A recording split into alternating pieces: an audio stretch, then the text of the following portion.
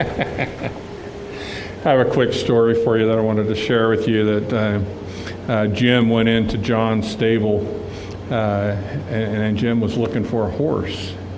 And John says, hey, I got the perfect horse for you.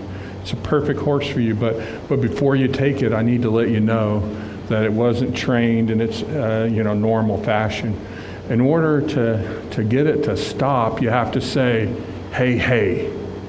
In order to get it to go, you just say, thank God. And Jim says, okay, fine. Can I take it for a spin? And he says, sure, go ahead. So Jim gets out and he's running out through the country, and he's not really familiar with this country, but he's running around and off he goes, and he's amazed at how fast this horse is. And so he's all into the horse, and then he looks up and they're coming up on a cliff. And he goes, oh my goodness, we got to stop. Stop, horse, stop. Well, he forgets what the command was. So he goes, yo, yo. And the horse just keeps on going. And so 5 feet from the edge of the cliff, he remembers and he goes, hey, hey. And the horse stops. And it's an inch from going off the cliff. And so he just sits there and he's so happy. And he just sits there and he goes, thank God. Thank you. I'm so glad to be with you today. My name is Rick Brown, and like Brad said, I'm a student at Holmes Institute, and I'm just so happy to be with you here today. The medic field was fun for me. I did over 500 concerts and sporting events, and then we had a motto: we're saving lives one Band-Aid at a time. That was our motto. And then as medics, we would all get together and go, oh, what's your claim to fame? What's your best event? Well, what's your claim to fame? And so initially I shared my claim to fame was I was on stage with Bono at Anaheim Stadium for 2 nights. So I got selected out of about 20 medics that worked that concert. And he goes, oh, well, you get to be on the stage. And I went, oh, that's cool. So I got to be on the stage for Bono coming out, and he had broken his back. And so he had to have a medic dedicated to him on stage. So I got 2 nights of a U2 concert and Lenny Kravitz. And so that was pretty cool. And so that stood up as my claim to fame for a while. And then I got put on a duty for 3 weeks. I was with Katy Perry as she did a rehearsal for a concert tour in LA. And so then that was my claim to fame. And so that was pretty cool stuff. But then something interesting happened to me. I walked into Namaste, and I walked in and I went, wow, this is my first experience with religious science. And I went, man, this is pretty cool. I like it. I like what the people are saying. I like how I feel. I liked all the hugs. There's a lot of hugs going on. And I really enjoyed that. And so I was like, I like this. I want to learn more. And so they said, well, what's it all about to learn more? And so they said, well, we have classes. And I went, okay. Got some classes going on, and so I started going to classes. And I did foundations class, and they came up and go, oh, well, there's this saying, perfect, whole, and complete. And I went, what? So you're perfect, whole, and complete. I go, well, that sounds good, but, look at me. I can list my flaws out. Do you have enough time? I'm not perfect, whole, and complete. And so they said, just work on it. Just work on it. And so I did. And I started going deeper, and I started understanding that I have a divine spark in me. It's my soul. And it's there, and it doesn't go away.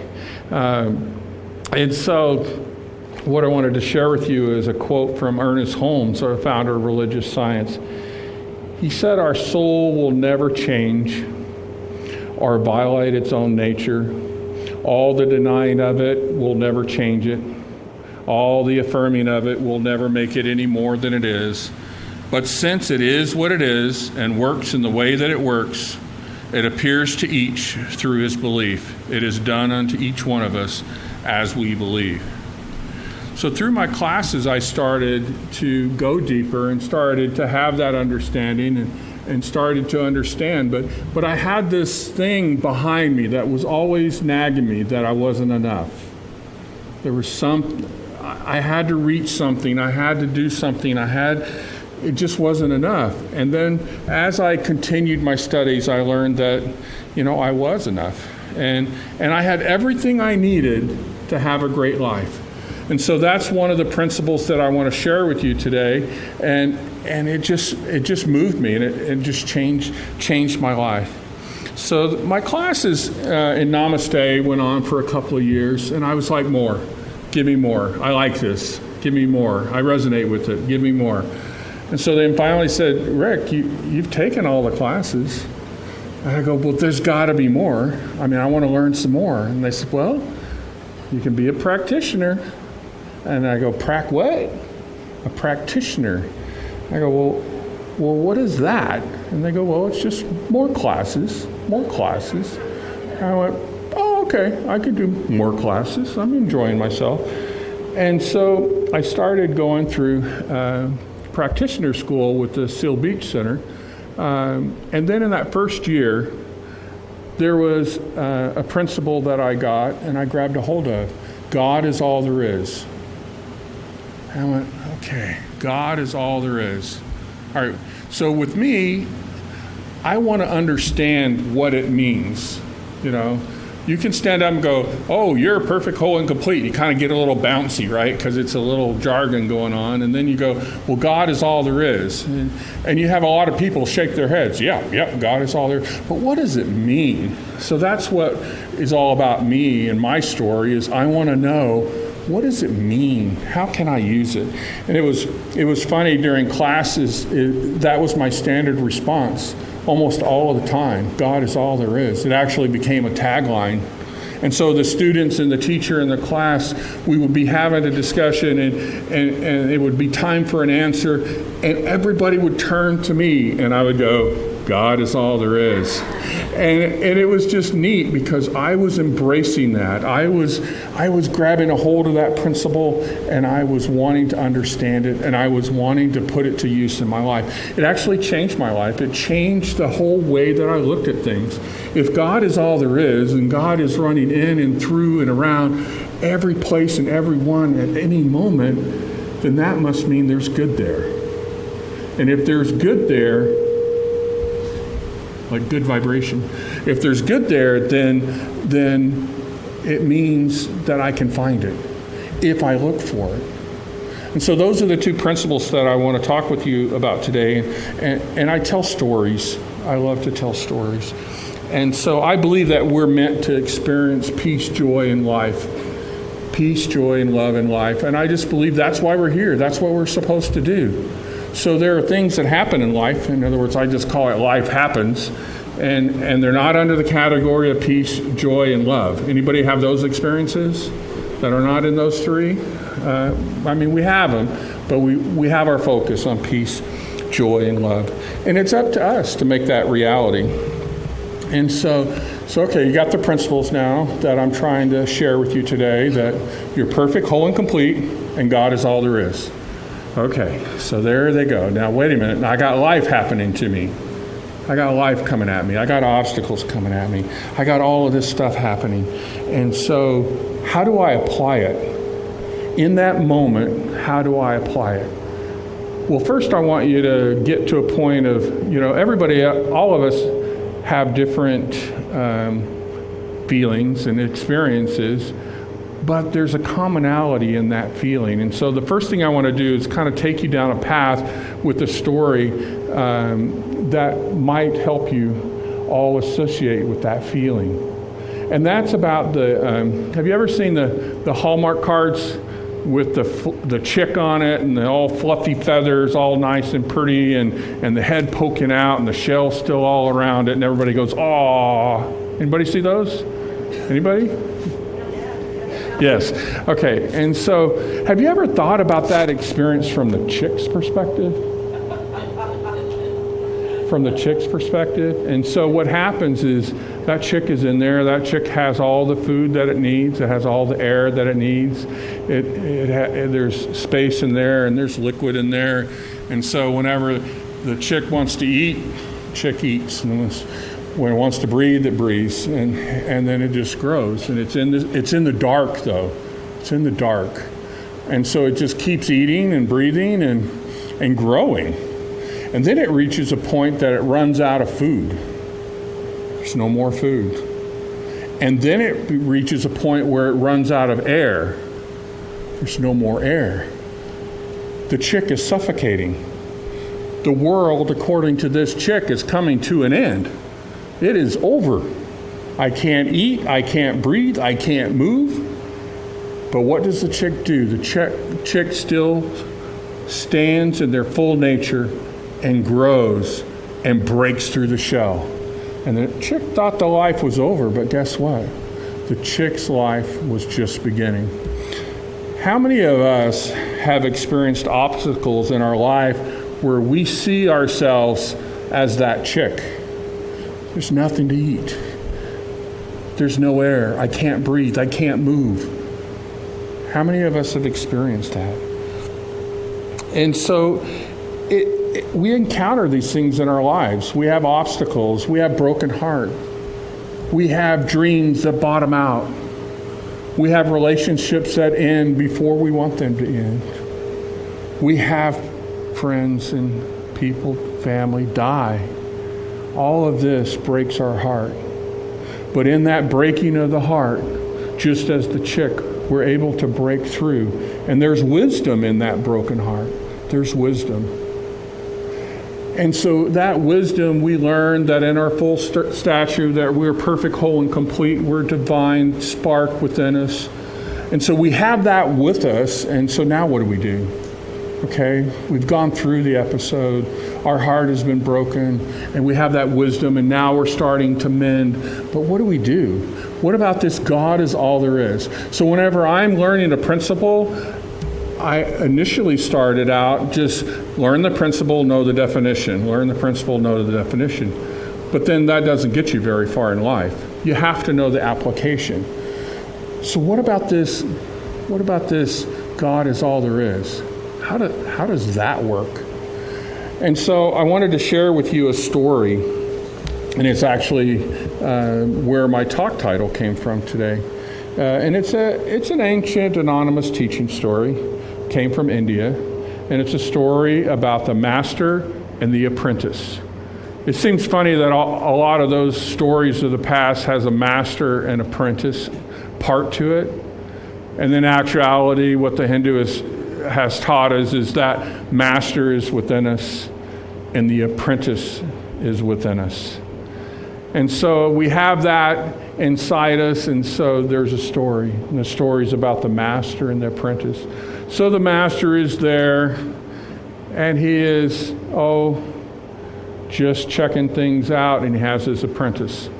And this apprentice is very annoying to him, very annoying to him. He's always complaining about life, every day complaining about life. Anything to have something to say, complaining about life.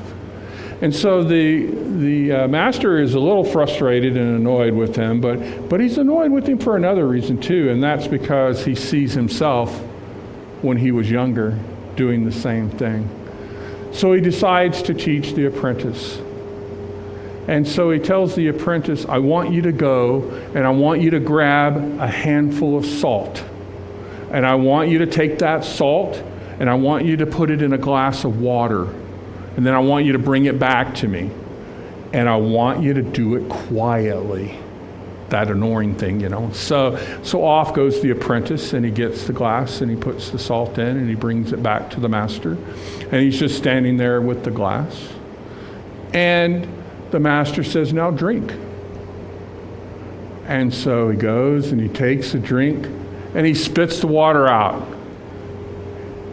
And the master looks at him and says, well, what's the matter? It's bitter. I don't like it. Why'd you make me do that? It's bitter.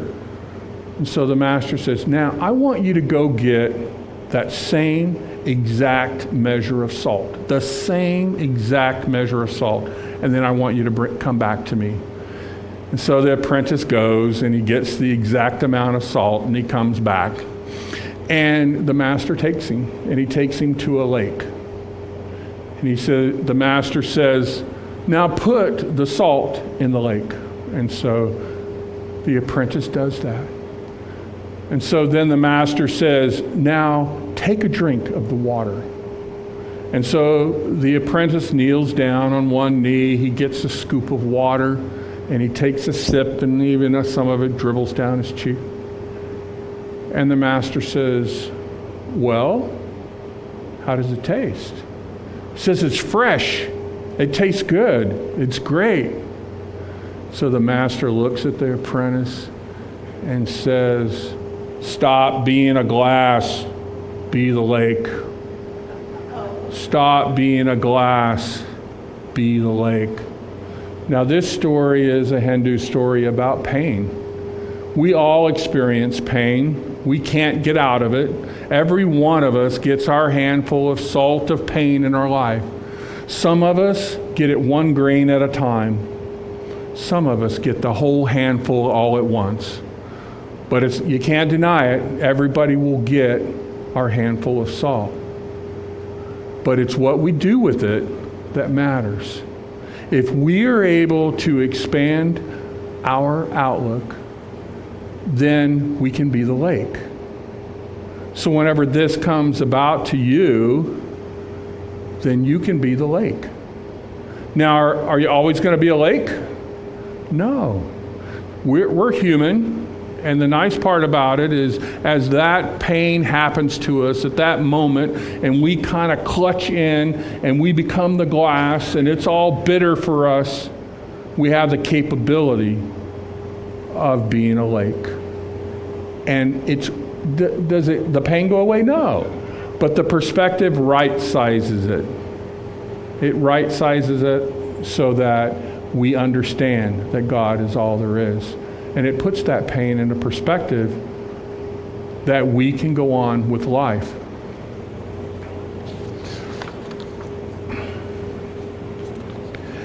So this teaching, so we've gone over God is all there is, and we've gone over perfect, whole, and complete. So those are the principles, and I've told you a few stories so that you can kind of relate to those feelings. But what I wanted to do was share a story. A personal story of mine. I am the father of 4 children. My 2 oldest are sons, and my 2 youngest are daughters. And unfortunately, we had a situation in our life where we became a divided family. And so I had custody of the boys, and their mother had custody of the girls.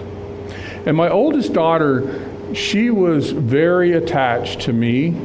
You know how fathers and daughters are. And she was also very attached to her brothers. And so she was constantly. There wasn't a weekend or a week visit or any time that I was with her that she wasn't saying, Dad, I want to live with you. Dad, I want to live with you. And that was constant, always. And so then there was an unfortunate thing that happened over at our mother's house, and it was a very unfortunate incident. And my daughter came to me pleading, I want to live with you. I need to live with you. Please, please. She begged me. And so I said, okay, all right, I'll do it. And so I filed the papers with the court to have her live with me for custody. And so the day for court came, and we went into court, and I told the judge about the unfortunate incident that occurred, and I told him about my daughter's desire to be with me. And so both sides had told their story. And then the judge looked at me, and he said, Mr. Brown, what about your youngest daughter? Should she be alone, or should she be with her sister? And you can imagine my mind just going a gazillion miles an hour, and I just could not, so many thoughts going on. How can I be true to both of my daughters at the same time? How can I do this? And it seemed like an eternity, but it was only a minute or so. And I just told the judge, the best place were the sisters to be together. And so the judge thanked us, and he said, I'll mail you my judgment in the next few weeks. And then that was the end of that experience. And so I went home and went about the business. It took about 2 weeks for the letter to come in the mail. I already knew what the letter was going to say, but still, it was the act of opening up that letter. I opened up that letter, and it said that there would be no change in custody. And even though I knew the answer, I was devastated. There it was, black and white. And then I had another piece of news in that envelope that I wasn't expecting, is because of the outcome, I was expected to pay all of the court costs for not only me, but for my ex-wife. And we were in very tight times, one income supporting 2 households with 6 people. It was a burden for me. And it was heavy. It was very heavy. I felt like that chick. It was closing in on me, and so I just couldn't stay still. So I had rented some property. A friend of mine had let me stay at their place on an orchard, and so I left out the door, and I started walking through the orchard. And then I walked through the orchard, and I got to the end of the orchard, and there was a frontage road, and I'm like, my mind you can imagine what my mind was going. And so then I'm on the frontage road, and I'm walking on the frontage road, and I get to the frontage road, and then there's a freeway overpass. And so then I walk on that freeway overpass, and then I stop. I stop on that freeway overpass, and I go, what am I going to do? What am I going to do? I'm on that, and I won't share with you all my thoughts that I had when I was on that freeway overpass, but I'll tell you that I was that chick. I was in the dark. I couldn't eat. I couldn't drink. There was nothing there, and I was the glass. Matter of fact, I even thought I was 2 glasses. Got my double portion of pain. I was there, and it was incredible. And then I just remembered. I remember the love that I have for my kids. I remembered my responsibility to my kids wherever they may live. I remembered the love of family, and that I was a family man, and I wanted to be the best father that I could be. And so I left that bridge, that overpass. I left it, and I went home, renewed to be the best father I could be. And so here's those principles of you're perfect, whole, and complete, and God is all there is, and there's an avenue out. Be the lake. Be the lake, and know that you are not your circumstances. You have the life that you have today, and then you have the life that you can become. And know that pathway is always open to you, and there's nothing that needs to come into you, and there's nothing that needs to go out from you. Just as you are, that perfect life, that perfect love is there for you today. I encourage you to be the lake. Be the lake.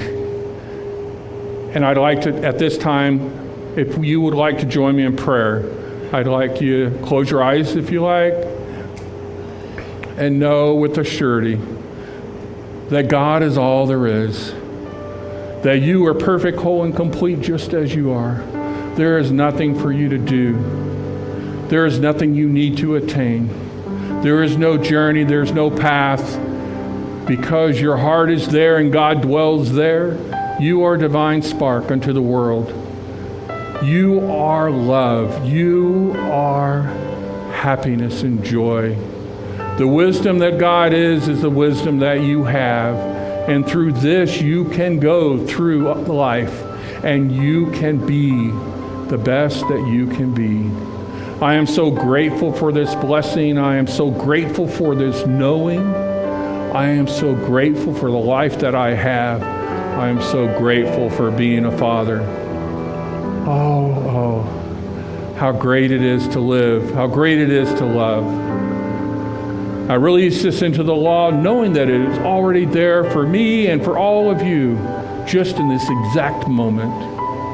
And so it is.